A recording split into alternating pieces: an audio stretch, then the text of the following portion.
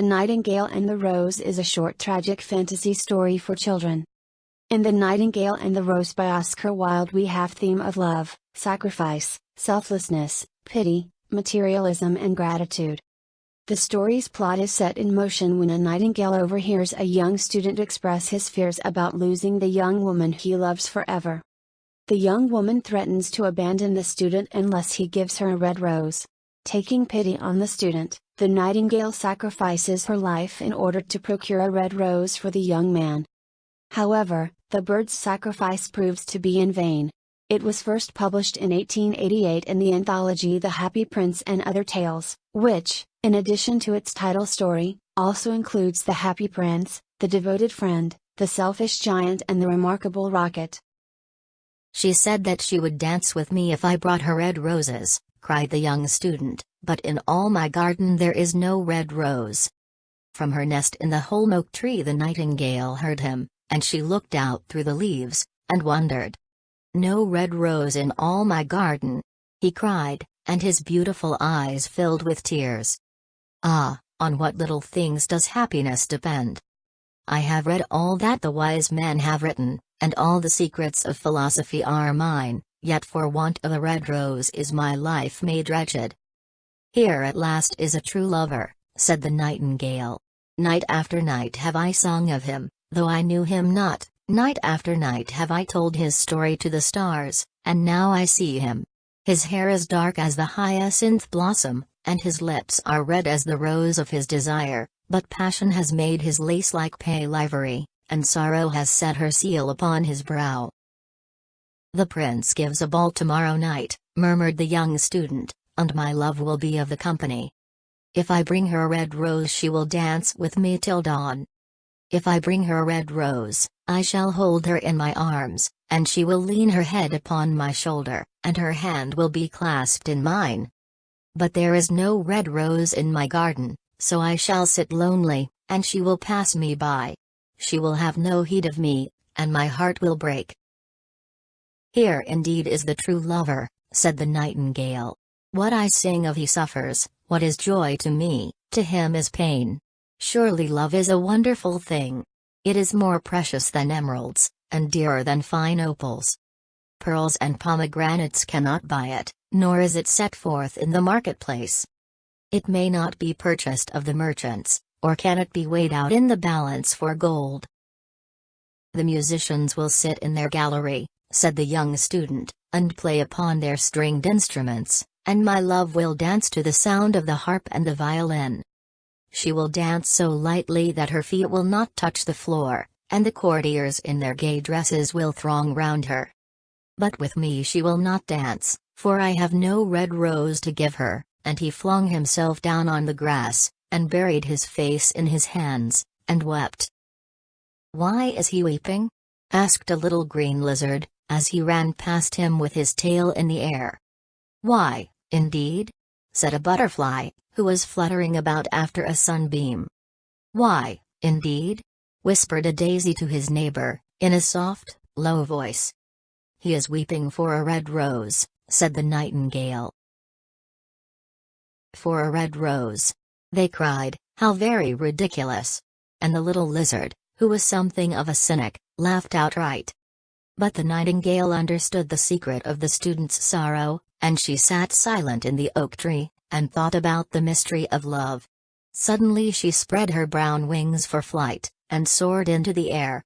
She passed through the grove like a shadow, and like a shadow she sailed across the garden.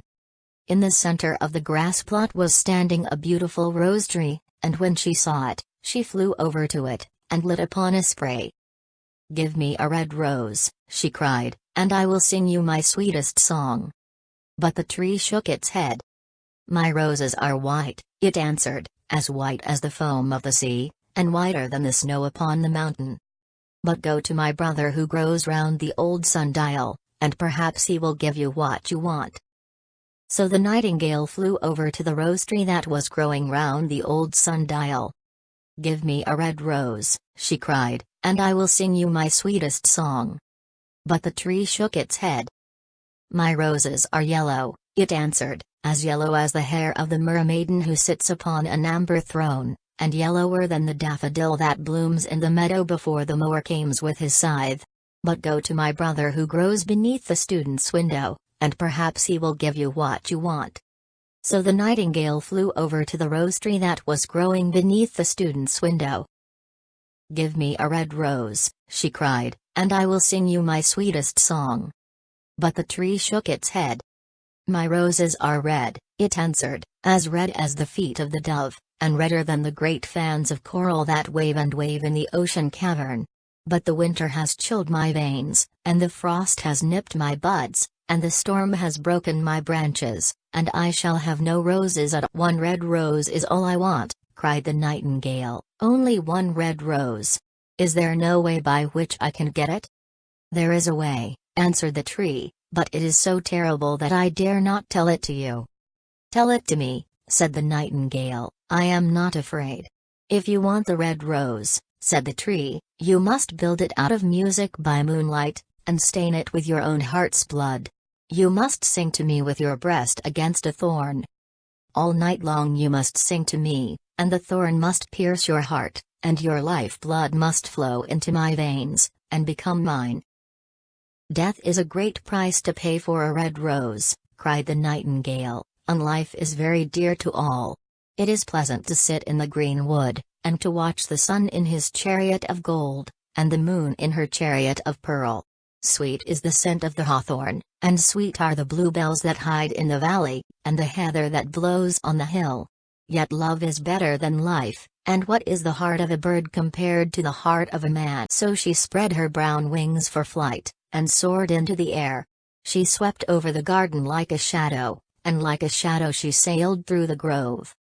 The young student was still lying on the grass, where she had left him, and the tears were not yet dry in his beautiful eyes. "Be happy," cried the nightingale, "be happy, you shall have your red rose. I will build it out of music by moonlight, and stain it with my own heart's blood. All that I ask of you in return is that you will be a true lover, for love is wiser than philosophy, though she is wise, and mightier than power, though he is mighty. Flame-colored are his wings, and colored like flame is his body. His lips are sweet as honey, and his breath is like frankincense." The student looked up from the grass, and listened, but he could not understand what the nightingale was saying to him, for he only knew the things that are written down in books. But the oak tree understood, and felt sad, for he was very fond of the little nightingale who had built her nest in his branches. "Sing me one last song," he whispered, "I shall feel very lonely when you are gone." So the nightingale sang to the oak tree, and her voice was like water bubbling from a silver jar. When she had finished her song, the student got lip, and pulled a notebook and a lead pencil out of his pocket. "She has form," he said to himself, as he walked away through the grove, "that cannot be denied to her, but has she got feeling? I am afraid not. In fact, she is like most artists, she is all style, without any sincerity. She would not sacrifice herself for others. She thinks merely of music, and everybody knows that the arts are selfish. Still, it must be admitted that she has some beautiful notes in her voice. What a pity it is that they do not mean anything, or do any practical good." And he went into his room, and lay down on his little pallet bed, and began to think of his love, and, after a time, he fell asleep.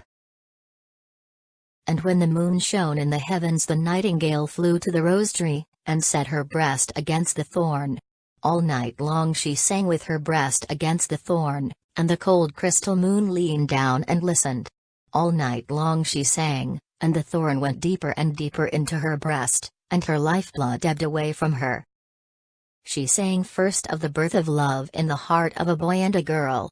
And on the topmost spray of the rose tree there blossomed a marvelous rose, petal following petal, as song followed song. Yellow was it, at first, as the mist that hangs over the river, pale as the feet of the morning, and silver as the wings of the dawn. As the shadow of the rose in a mirror of silver, as the shadow of the rose in a water pool, so was the rose that blossomed on the topmost spray of the tree. But the tree cried to the nightingale to press closer against the thorn. "Press closer, little nightingale," cried the tree, "or the day will come before the rose is finished." So the nightingale pressed closer against the thorn, and louder grew her song, for she sang of the birth of passion in the soul of a man and a maid. And a delicate flush of pink came into the leaves of the rose, like the flush in the face of the bridegroom when he kisses the lips of the bride. But the thorn had not yet reached her heart, so the rose's heart remained white, for only a nightingale's heart's blood can crimson the heart of a rose. And the tree cried to the nightingale to press closer against the thorn. "Press closer, little nightingale," cried the tree, "or the day will come before the rose is finished." So the nightingale pressed closer against the thorn, and the thorn touched her heart, and a fierce pang of pain shot through her. Bitter, bitter was the pain, and wilder grew her song, for she sang of the love that is perfected by death, of the love that dies not in the tomb. And the marvelous rose became crimson, like the rose of the eastern sky. Crimson was the girdle of petals, and crimson as a ruby was the heart. But the nightingale's voice grew fainter, and her little wings began to beat, and a film came over her eyes. Fainter and fainter grew her song, and she felt something choking her in her throat. Then she gave one last burst of music. The white moon heard it, and she forgot the dawn, and lingered on in the sky. The red rose heard it, and it trembled all over with ecstasy, and opened its petals to the cold morning air. Echo bore it to her purple cavern in the hills, and woke the sleeping shepherds from their dreams. It floated through the reeds of the river, and they carried its message to the sea. "Look, look!" cried the tree, "the rose is finished now," but the nightingale made no answer, for she was lying dead in the long grass, with the thorn in her heart. And at noon the student opened his window and looked out. "Why, what a wonderful piece of luck!" he cried, "here is a red rose. I have never seen any rose like it in all my life. It is so beautiful that I am sure it has a long Latin name," and he leaned down and plucked it. Then he put on his hat, and ran up to the professor's house with the rose in his hand. The daughter of the professor was sitting in the doorway winding blue silk on a reel, and her little dog was lying at her feet. "You said that you would dance with me if I brought you a red rose," cried the student. "Here is the reddest rose in all the world. You will wear it tonight next your heart, and as we dance together it will tell you how I love you." But the girl frowned. "I am afraid it will not go with my dress," she answered, "and, besides, the chamberlain's nephew has sent me some real jewels, and everybody knows that jewels cost far more than flowers." "Well, upon my word, you are very ungrateful," said the student angrily, and he threw the rose into the street, where it fell into the gutter, and a cartwheel went over it. "Ungrateful," said the girl. "I tell you what, you are very rude, and, after all, who are you? Only a student. Why, I don't believe you have even got silver buckles to your shoes as the chamberlain's nephew has," and she got up from her chair and went into the house. "What a silly thing love is," said the student as he walked away. "It is not half as useful as logic, for it does not prove anything, and it is always telling one of things that are not going to happen, and making one believe things that are not true. In fact, it is quite unpractical, and, as in this age to be practical is everything, I shall go back to philosophy and study metaphysics." So he returned to his room and pulled out a great dusty book, and began to read.